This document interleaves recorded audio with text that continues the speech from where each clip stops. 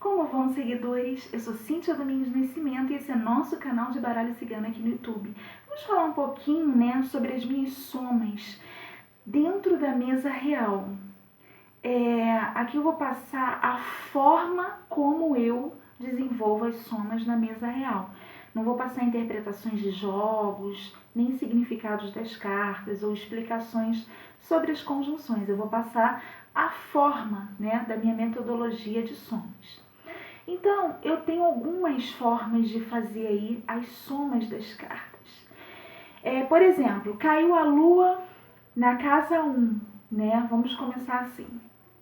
Lua na casa 1 vai gerar a chave na soma, né? Eu vou pegar a chave e somar com a lua. Depois eu vou pegar a chave e somar com a casa 1 do cavaleiro. Aí vai ter o resultado ali, né? Chave com lua vai dar chicote. E a chave com o cavaleiro vai dar o peixe. Aí eu vou pegar e somar o peixe com o chicote. E vai ter um resultado que eu vou somar com o cavaleiro e fazer o desfecho da casa, tá? É assim que eu faço as somas, tá? Da casa 1. Outra coisa também, outra forma de fazer a soma da casa 1 é pegar e somar as 3 cartas. Somar a lua, somar o chicote, a chave, né? Lua, chave e cavaleiro, tá? Pega e soma as 3 cartas dentro da casa e vai vir um resultado. E esse resultado, você pode pegar esse resultado e somar com cada uma das cartas para saber qual a relação, tá?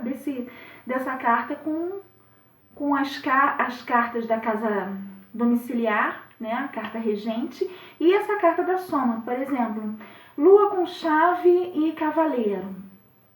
Aí vai dar 33 e 66, vai dar 66, vai dar pássaros. Então eu vou pegar pássaros e vou somar com chave, depois vou pegar pássaros e somar com lua, e depois vou pegar pássaros e somar com cavaleiro para saber qual a relação deles entre si, né, e fazer o desfecho da casa. Outra soma que eu faço também é pegar a carta que caiu na casa 1, por exemplo, a lua caiu na casa 1. Então, vou ver que carta caiu na casa da lua e onde o cavaleiro caiu fora da casa 1 e vou somar. Eu vou fazer um cruzamento dessas casas e fazer a soma. Então, elas vão ter uma sincronicidade em relação aos acontecimentos que estão vindo para agora, tá? Isso aí são umas técnicas que eu uso de somas, de cruzamentos. Uma coisa é você fazer a técnica da soma. Outra coisa é você fazer a técnica dos cruzamentos de somas, que é essa terceira que eu passei para vocês, né? Uma das, né? Então, você pega aí a casa da lua, né? Porque a lua caiu na casa 1, vai ver que carta caiu na casa da lua. Depois vai ver onde o cavaleiro caiu fora do domicílio 1. E vai cruzar essas 2 casas com a casa 1. Porque ali vai te dar, assim, um apanhado, um relatório. Claro que você vai ter que somar as 3 cartas, né? Dessas 3 casas, para você ter ali um levantamento, uma extensão de detalhes do que vai acontecer agora para você, que vem da casa 1. E assim sucessivamente você vai fazer com todas as outras casas, tá? Dentro da mesa real. Agora tem outras somas também, tem outras somas, outras formas de você fazer as somas e tal. Mas aí são técnicas assim que você tem que pegar primeiro o básico para depois você ir desenvolvendo as outras técnicas, né? Vamos falar um pouquinho sobre a carta da lua, já que a gente está comentando sobre a carta da lua, né? Por que os estudantes têm tanta dificuldade em interpretar a carta da lua, né? A carta da lua, ela tem tantos significados. Dependendo das variações conjuntivas, ela pode vibrar questões relacionadas à magia ou questões relacionadas a emoções, né? A tua forma de pensar, de sentir as coisas, né? Coisas peculiares, particulares, porque a lua, ela também rege o teu emocional, o teu psicológico, o teu anímico, né? A lua, ela rege isso também. Outra coisa também, a lua, ela rege questões envolvendo também aquele teu lado mais oculto, mais secreto, aquilo que ninguém vê, que ninguém sabe, né? Mas isso quando a lua vem ao lado da torre, tá? aí ela reforça esse aspecto conjuntivo. Assim como quando ela vem ao lado da cruz, ela reforça o aspecto de espiritualidade, né? Agora, falando em cruz, a cruz, ela não tem a ver, assim, eu não estou dando aula aqui, eu só estou passando um pouco do meu ponto de vista, tá? Então, a cruz, vamos falar um pouco sobre a cruz. Ela não tem a ver somente com espiritualidade. É esse o ponto em que eu quero tocar, tá? A cruz, ela tem a ver com vários outros significados. Por exemplo, como eu já falei em outros vídeos, você tem que pegar e estudar o símbolo, começar a fazer um levantamento de pesquisas do símbolo. Qual o principal símbolo ligado, o principal alvo de pesquisas ligado ao símbolo à cruz? É Jesus Cristo, tá? Então, Jesus Cristo vai ser ligado à cruz o meu principal alvo de pesquisas. Então, pesquisando tudo ali em torno do alvo principal de pesquisas do símbolo, eu concluo que a cruz ela não se trata somente da espiritualidade, mas também tem a ver com professores, com instrutores, com eruditos, porque Jesus foi um grande erudito, um instrutor, um assessor, um professor, né? E ele passou ali para os seguidores dele todo o conhecimento dele, os seguidores e a multidão que vinha atrás dele, né? Então, a cruz tem a ver com um professor, um instrutor, né? Pode ser um profissional liberal que dê aulas aí particulares, seja de qualquer tema, né? Então, a cruz, por exemplo, cruz com livro, para mim já reforça esse aspecto aí do professor. Para mim já está confirmado, é um professor, é um profissional aí que dá aulas, é um profissional liberal, dá aula particular, tá? Pode ser também um profissional ali dentro da sala de aula, né? Pode ser de estar trabalhando em um local privado também, pode ser. Para mim, segundo as minhas pesquisas, a cruz tem a ver com professores, tá? Por causa disso que eu já expliquei a vocês. E outra coisa, a cruz, ela também remete, né, à família. Porque a cruz tem aquele lado conservador, tradicional, aquele lado assim mais família mesmo. Tanto que pessoas por exemplo, pessoas assim que vêm com o arquétipo da cruz são aquelas pessoas que têm aquela família constituída, porque a cruz é uma das cartas dentro do núcleo de cartas que representam a família, não é só a carta 4, a cruz também. Dentro do núcleo de cartas que representam a família, a cruz, de todas elas, ela é aquela que tem a ver, né, com aquela união estável, ou seja, a pessoa não se separa, a pessoa fica sempre ali, sabe? Aquela pessoa que não se separa, fica sempre com os filhos no lar, com a esposa, com o esposo, né? São arquétipos de pessoas assim, que não conseguem, né, se afastar da família que constituiu, já estão ali apegadas, enraizadas, acostumadas.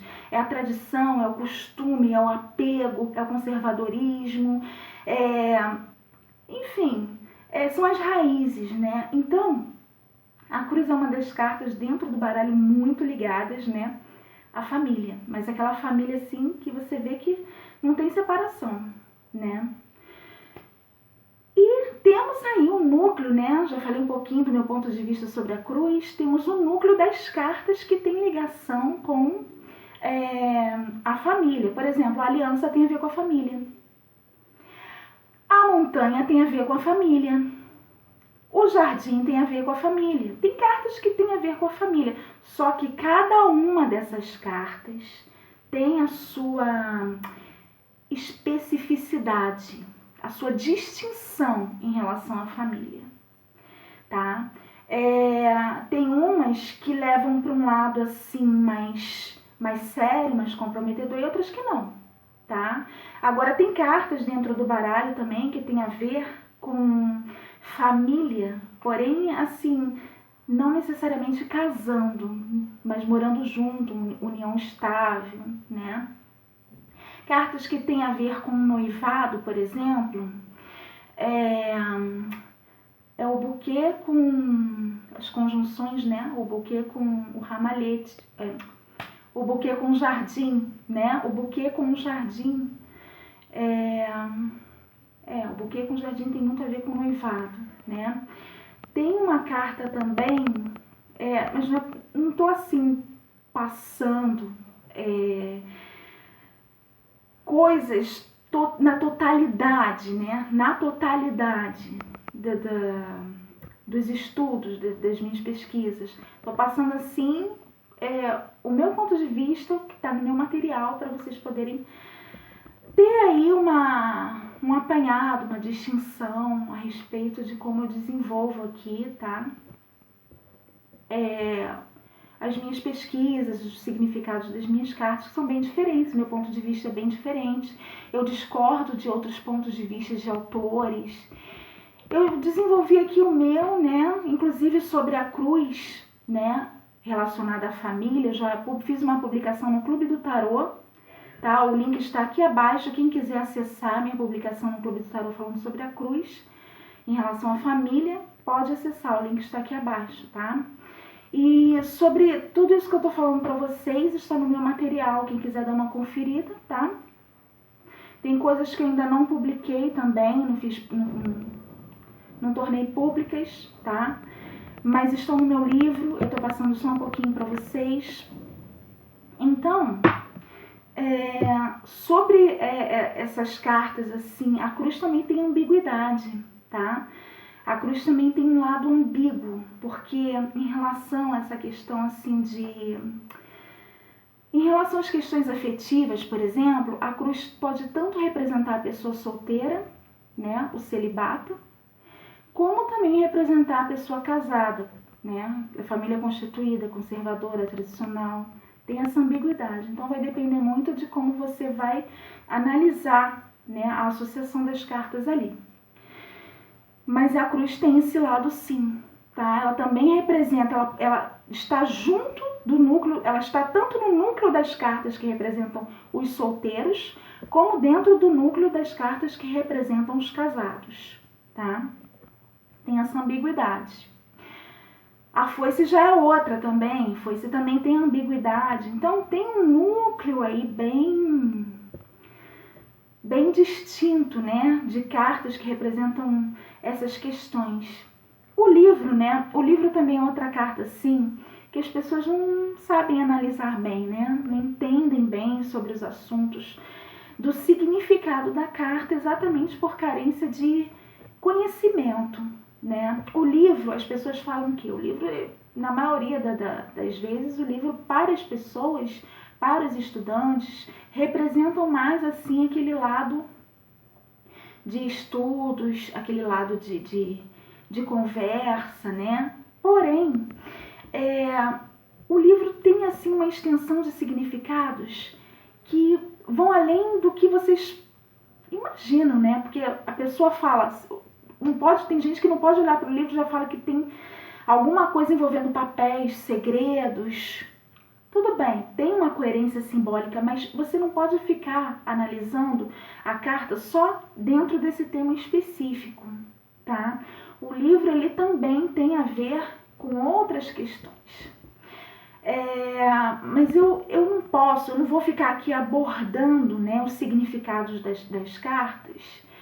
Eu só estou comentando, né, um pouco sobre o meu ponto de vista, coisas até que eu já publiquei, tem aí no site do Clube do Tarô, né, já até fiz publicações. Outras eu fiz no meu blog, outras eu publiquei no meu livro, outras eu publiquei no meu módulo de estudos, né? E agora eu estou divulgando aqui no meu vídeo um apanhadozinho do meu ponto de vista, tá? Sobre algumas cartas que eu pesquisei, que eu analisei e levantei as minhas conclusões. Agora, se você se identifica com o meu ponto de vista, você pode adotar aí esse significado nas suas leituras e se der certo, tudo bem. Agora, se você não se identifica, você pode estudar, pesquisar o símbolo e levantar aí as suas conclusões, levantar aí o teu ponto de vista, como eu fiz aqui com as minhas cartas, tá? Mas é sempre bom, né, você poder analisar um pouco, assim, você poder conversar com o teu colega, entender por que ele tem aquele ponto de vista, trocar uma ideia, trocar informação, né? Para você poder ter um conhecimento de outras análises, né? Saber por que a pessoa está pensando daquele jeito, como é que ela desenvolveu aquela conclusão, né? Por que está diferente do outro. Então, é importante quando você fala assim sobre o significado de uma carta, você explicar como você conseguiu chegar àquilo ali. Como é que você desenvolveu aquilo ali? De onde você tirou aquilo ali? Qual foi a origem a tua fonte de estudos, né? Então, eu acho importante, né? Porque tudo tem que ter um fundamento, tudo tem que ter uma origem, tudo tem que ter ali uma fonte séria de estudos. Não pode, as coisas não podem sair assim do nada, né? Você inventar, você criar, até por intuição, ou de repente até por uma análise assim racional, às vezes você pode desenvolver sim algo, né? Olhando assim, fazendo uma pesquisa visual, e desenvolver algo sim da tua cabeça. Mas a gente parte do ponto em que você tem que fazer as pesquisas do símbolo, né? Do objeto de estudos. Porque os símbolos, eles passam informações, e a gente vai trabalhar com oráculo, depois a gente vai desenvolver somas, né?